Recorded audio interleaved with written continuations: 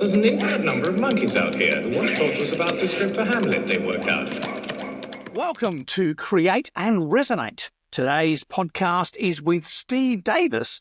Now, the reason I've asked Steve on is because not only is he a sublime copywriter and marketer, the copy that he writes is renowned throughout Adelaide and South Australia as just the best. He is the copywriter's copywriter. And also because his copy is so good that we all use Claude 3.5 Sonnet as our writing tool, except for business stuff, which is probably ChatGPT. But the copy that Steve creates is just so much better than either of them, even Claude 3.5 Sonnet, just way above. So that's the background to Steve. And Steve and I have known each other since 2004, when we both became heavily involved with social media in Australia. And so I thought it was natural to bring Steve on because he's got a new writing project on, a personal writing project with a character called Murray. So Steve, would you like to A, introduce yourself, B, more importantly, talk about Murray and where the idea for Murray came from? Wow. Okay, I'll get a stiff neck from looking at how high you've set the bar, so thank you for that. Murray. So look, he has evolved because of the journey I've been taking into stand-up comedy, which started about 5 or 6 years ago, where I did some standard stand-up, but soon found that what really attracted me was seeing a couple of comedians who did character work. And I did a lot of theatre in my younger days and some improvised theatre. And I thought, oh, that's what I'd like to do. So I did a show in one of the fringes with Becky Blake, who in Adelaide in South Australia is quite renowned for her singing in particular, but she also is very funny. And we did a show called Innuendo Everywhere, which is about an hour or so of skits with different characters. And one of the characters I made was Professor Sebastian Longsword, who ran the fictitious MBA School of MBA Credentials, an MBA being a Master of Business Administration. And that was fun, and I thought, no, there's more here to it, because I became increasingly aware of how shallow many MBAs are becoming in their race to be shorter and shorter, so that business people will hand over the 12 grand and get fast track so they've got a degree. And so the professor just took that to an absurd level and had a show called the Lunchtime MBA, where people came, sat down for lunch, drank a lot of red wine, the professor prattled on, and everyone left with a signed parchment. They had their degree. And that was great fun. But this new character, Murray, has evolved in a slightly different way. I went up to Cooperative, which is right in the outback of Australia. So just think red sand and dirt, very little vegetation, blue sky, sun beating down. I went there, and on the way in, when we got internet back, I thought, I wonder if there are any songs about Cooperative. So on Spotify, we dialed it up, and sure enough, there were a few, but one that got into my ears was by John Williamson. And it was that if you wanted to do a classically stereotypical country song, Australian country song, this was it. You know, Cooper PD on the long dusty road. That's not how it goes, but it's that style. And when I got back, I was in the car with my daughter, and I said, I reckon there's a character here. I reckon there's a comedy character of this wandering Australian country singer who earnestly writes songs that are just terrible, that are just cheesy. And so that was when the seed was planted, that there's something here, this character. And then I crossed paths with Rick Price, who's had a number of big number one hits in Australia and around the world. He's based in Nashville now, and I've been working with him and a small group, writing some songs. And because I thought, if I'm going to do this, I want to be able to write them and be able to at least sing them if I do a stage show. And out of that, I just realized that to get into this character, one method would be to put all that on pause and write Murray's autobiography first. Because when you do a comedy character or any character, in a TV network show like Neighbours, they would have a Bible, all of the backstory. I had that for the professor, but I wanted to take it further. And so that's what's led me onto this pathway of writing an autobiography.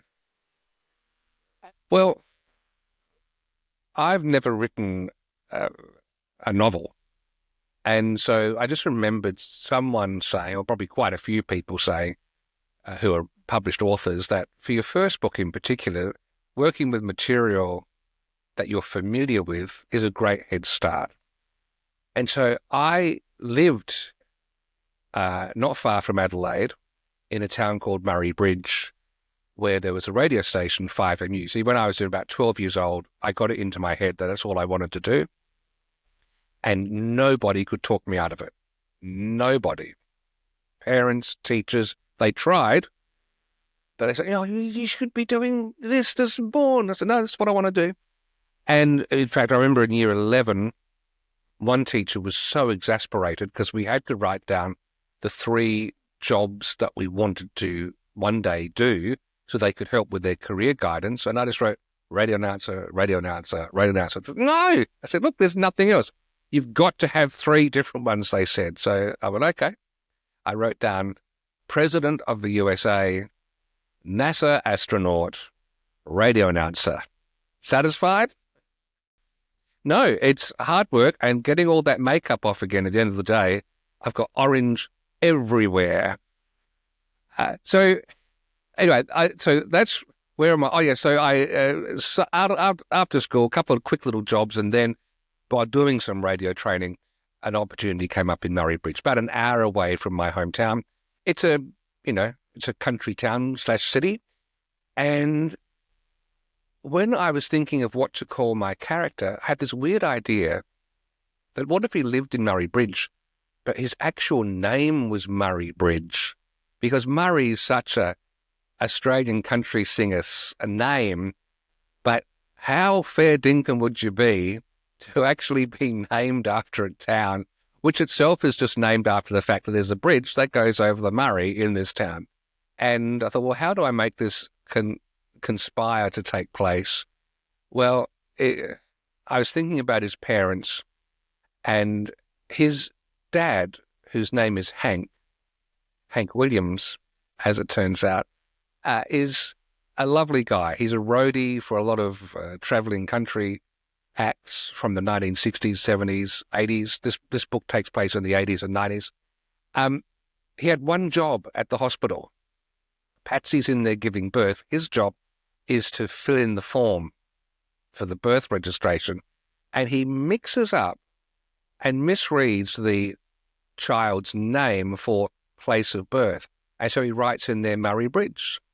And then because he's a larrikin and he covers his tracks and he sees them actually quite funny, he just takes little Murray and teaches Murray that how amazing it is that there's a town named after you, son. Not everyone gets this. And he's got a story that does the rounds whenever he gets the chance. People love it. His mum, Patsy, runs a diner in Murray Bridge.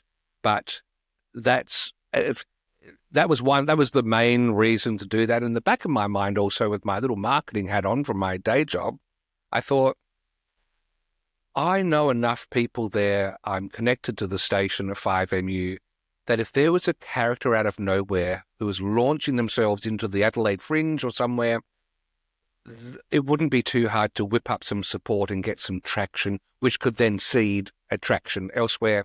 And so I went boots and all in with Murray Bridge. That's his name. He lives with it. He had a tortured upbringing for just the comedy that his dad in particular enjoyed. And it grows from there. Well, that is, you're spot on. The first paragraph, the first sentence, that was easy because it just flew from me, because it was my the idea. I'm just looking for it now because I did send it to my parents for them to actually have a little look. And if I can just find this here we go. I'll just read you the first line and you have a sense of how that wouldn't have taken much. It gave my dad a bit of a heart attack when he read it, because the opening line is, "I'll always be grateful my dad was hopeless with attention to detail." And so there it is in the hospital. His stuff's up. And then I thought, okay, well, now what? And so I had to reflect deeply. I didn't have his dad's name at that point. I knew Murray's going to be a country singer, so Murray Bridge. I got Hank Williams. And I thought, oh, Hank and Patsy could be his wife, Patsy Cline. But without ever going obvious, it just happens. If anyone sees it, they'll laugh, but we don't make a big thing of it. And his dad's a roadie. His mum runs that diner. What other people don't realize.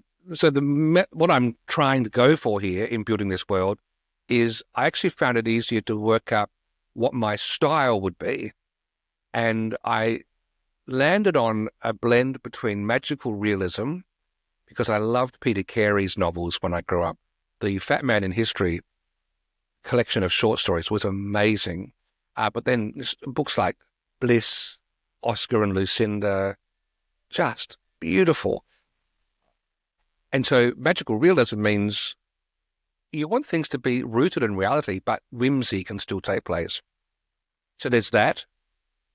And then I've always loved Woody Allen's prose.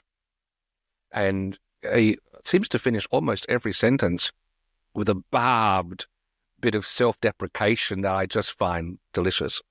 So that was the style. And then I was able to weave that into the characters themselves and build the world. And once that happened, because here's the little thing, Don Dunstan, a former Premier of South Australia, quite a controversial Premier, much loved by many and equally hated by others.